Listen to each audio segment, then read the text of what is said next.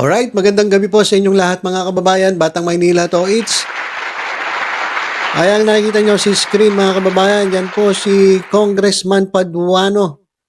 Isa po siya sa miyembro ng Quadcom at ngayon ay pinag-iinitan ni Bato de la Rosa. So kung ano-ano sinasabi ni Bato de la Rosa, laban kay Paduano mga kababayan. Bakit ba mainit si de la Rosa kay Paduano? Kasi etong si Paduano ay kinontempt etong isang dating opisyal ng PIDEA na si Wilkins Villanueva. Okay, si Wilkins Villanueva mga kababayan, sa mga hindi po nakakilala, ito po ay kasama po sa ibinulgar ni Colonel Acerto. Ito po yung nung panahon ni dating Pangulong Duterte, sa kanya po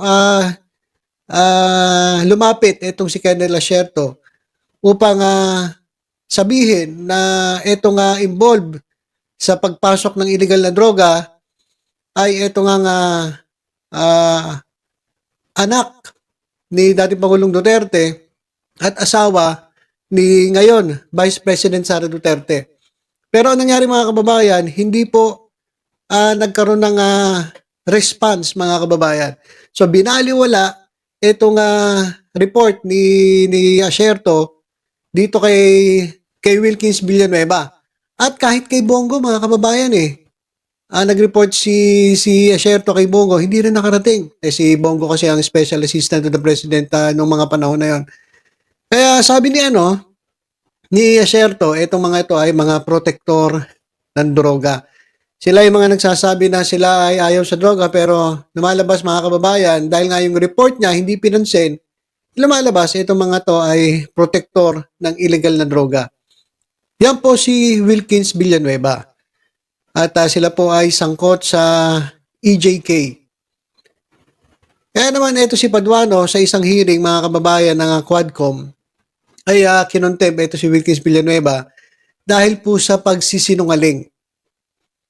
Kaya naman syempre ito si Bato de la Rosa kaibigan niya to kasabot niya to dati. Galit na galit kay Paduano. Dito kay Mr. Contempt.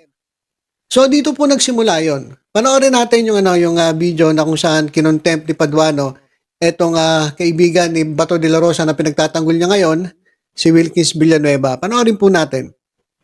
Kasi, General Wilkins, eto, last warning ko sa iyo sa nangyari, you're lying. Gusto mo i-cite ko na? Paano pa yung mukha mo You're not respecting this committee. And I warn you, this will be the last. Kanina nang tinatanong kita, akala mo hindi kita babalikan? Now you admit that it's all about your command responsibility. In fact, magtuturuan na, Acerto, dinideny mo. Of course, your words against the words of Acerto. Now, eto si Jed. Did you really interrogate personally, Jed Pilapil? Yun nga, Mr. Chair, hindi ko kasi maalala na kinausap ko siya. Basta ang alam ko, nasa opisina siya, Mr. Chair. Ayun And I don't lie, Mr. Chair. You're not lying, you lie.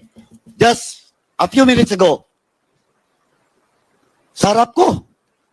Sinabi mo na delegated, that authority was delegated to your personnel. Yes, Mr. Chair. Nung tinanong ka ni Chairman Akop, inamin mo. Question of command responsibility.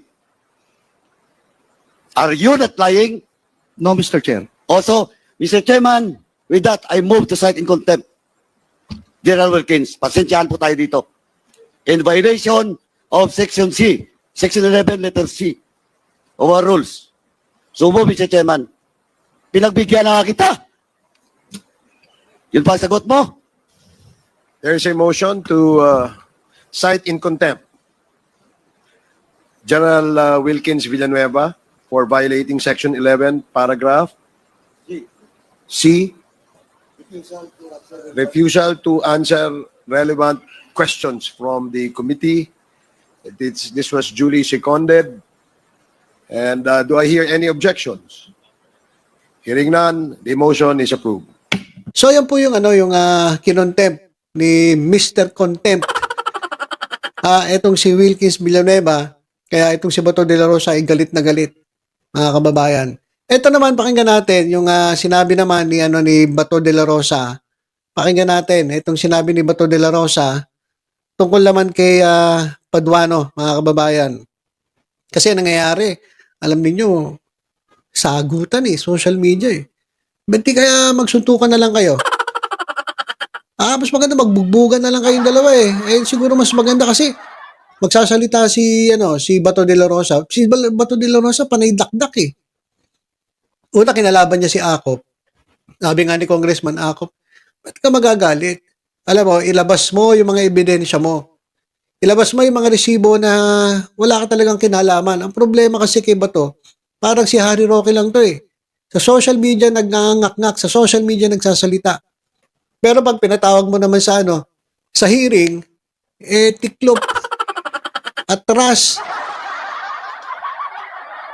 Umuurong ang bayag kapag iniimbitahan dyan sa hearing. Ginagamit niya kasi yung kanyang kapangyarihan. Kaya sabi ko sa inyo mga kababayan, kung tayo po iboboto sa 2025, siguraduhin po natin na iboboto natin ay yung mga tao, mga kandidato na hindi po gagamitin ang kanilang kapangyarihan para sa kanilang sarili, kundi gagamitin ang kanilang pagiging senador, congressman o ano man yan para maglingkod sa taong bayan.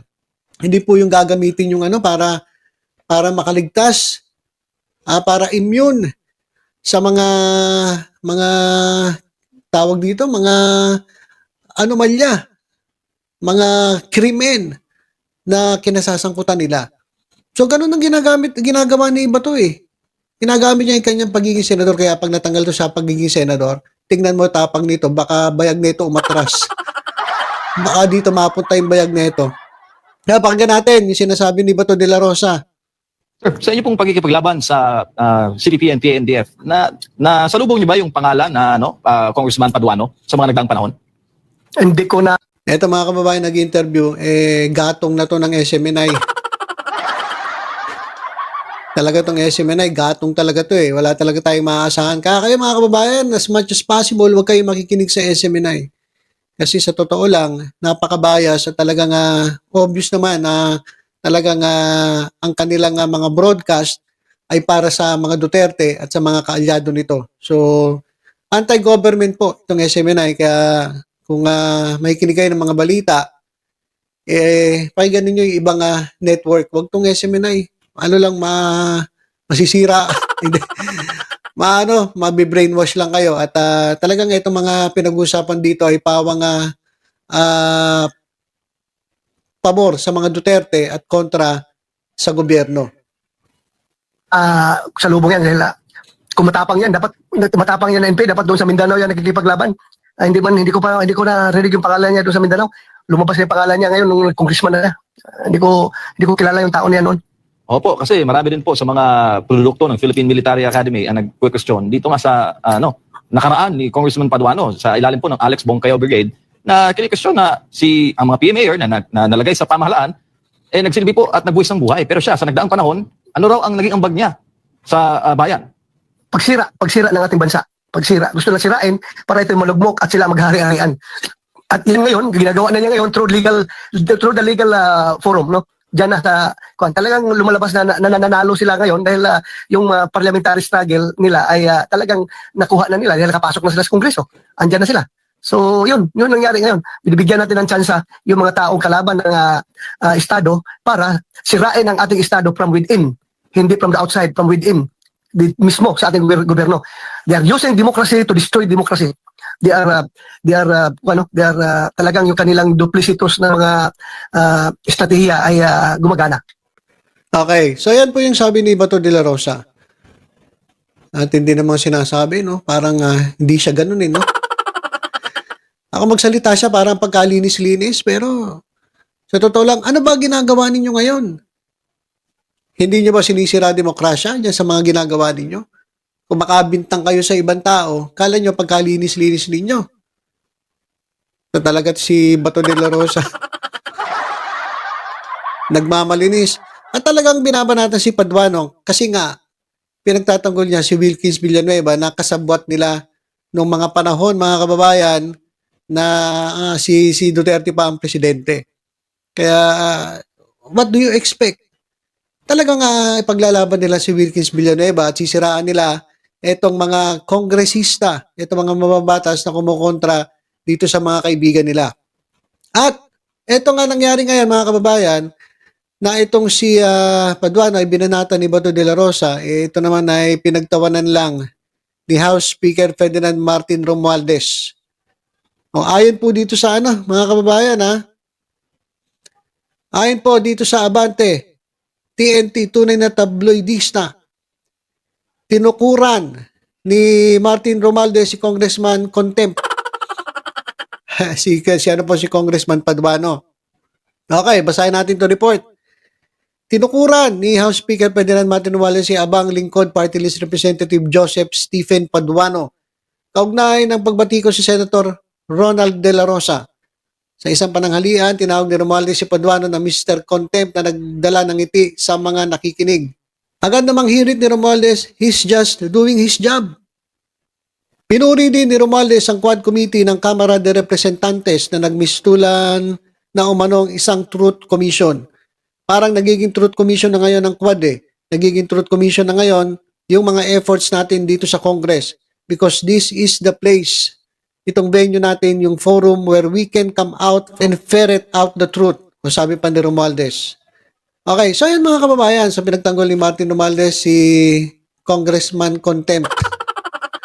Talaga naman na nakilala na to si Congressman Paduano na Mr. Contempt kasi nga talaga nga kapag ikaw ay nagsinungaling at hindi ka sumunod sa rules ng House of Representatives, sigurado contempt.